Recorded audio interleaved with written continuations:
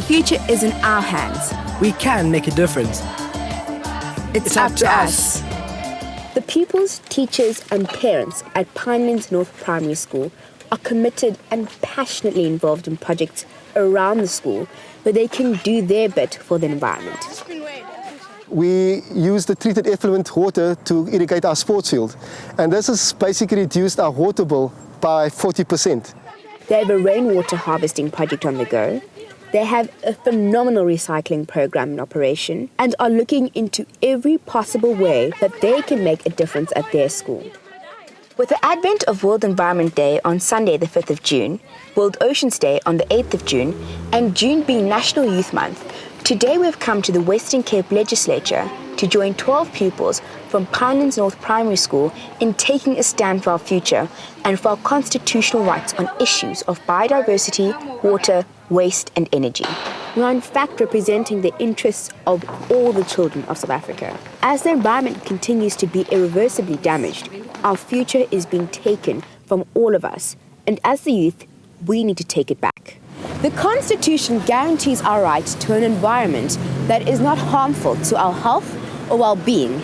It also guarantees our right to have the environment protected for the benefit of present and future generations. Honourable members, as I talk to you today about biodiversity, I am talking to you about what the future will be like for myself and other children.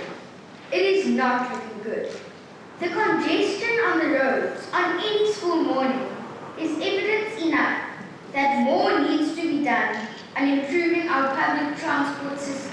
Making it safer as well as more eco-friendly will make parents feel more comfortable with allowing their children to use public transport or even cycle to school, thus reducing the emission of greenhouse gases.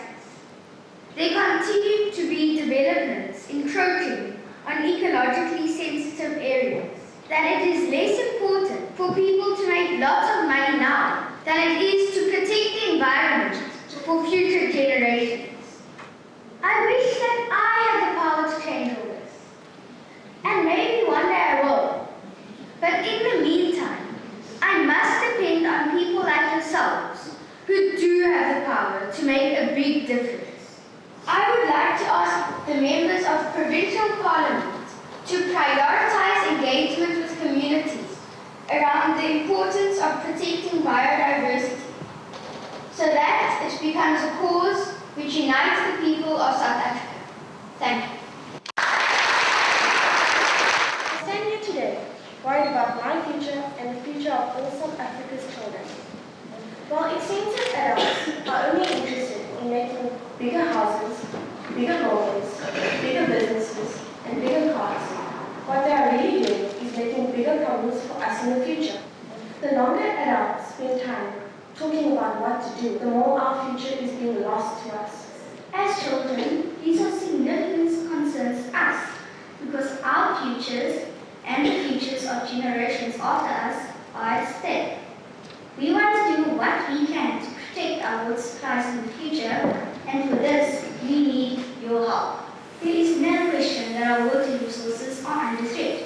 In the Western Cape, we are already seeing ominous signs of water shortages. And while the Western Cape has, to a large extent, been protected from the toxic waste effects of mining until now, we are very worried about the reported plans by oil companies for fracking in the Tues. In some countries in Europe, waste energy plants have been engineered to transform chemical energy of waste into electrical energy. In South Africa, we have an ever-growing energy crisis. Why aren't we exploring opportunities like these? School curricula should focus on encouraging children to think of ways to solve the energy crisis. If we focus the minds of hundreds of thousands of school children on the energy problem, maybe we'll come up with ideas that adults haven't even thought of. We are just one school trying to make a difference, but these issues affect us all.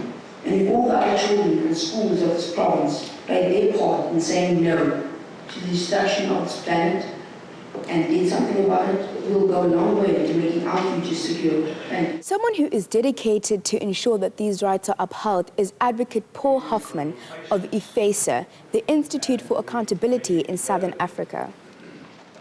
What are our rights as the youth in terms of constitutional democracy? On paper, the interests of children are paramount when it comes to the enforcement of their rights. In practice, the environment in which we are living is under some stress and threat at the moment. And so we have a dichotomy between the theoretical position and the reality out there. Yeah. How far can we take the government in terms of accountability? Well, the government is obliged to respect, protect, promote, and fulfill all of the rights in the Bill of Rights. And as far as the environment is concerned, we're entitled to an environment which is not harmful to our health and well-being. That gives the public a great deal of power to see to it that government gives us a better world than the one we found when we got here. How did you feel about today's proceedings? Well, I've spent a lot of time monitoring the parliaments that work in South Africa, and I have to tell you that I haven't heard so much sense spoken in so little time ever before today. That was amazing. Let's hope that these recommendations and discussions prompt a greater sense of urgency within the government and the public at large to act now to stop the destruction of our planet. It's just a pity that the Premier of the Western Cape, Helen Zille, and MEC of Education for the Western Cape, Donald Grant, weren't here today to answer the kids' questions and hear what they had to say. I was disappointed that Premier Zille and Minister Grant weren't present so that they could hear our speeches from us, the children, because I think they could make the biggest difference in the Western Cape.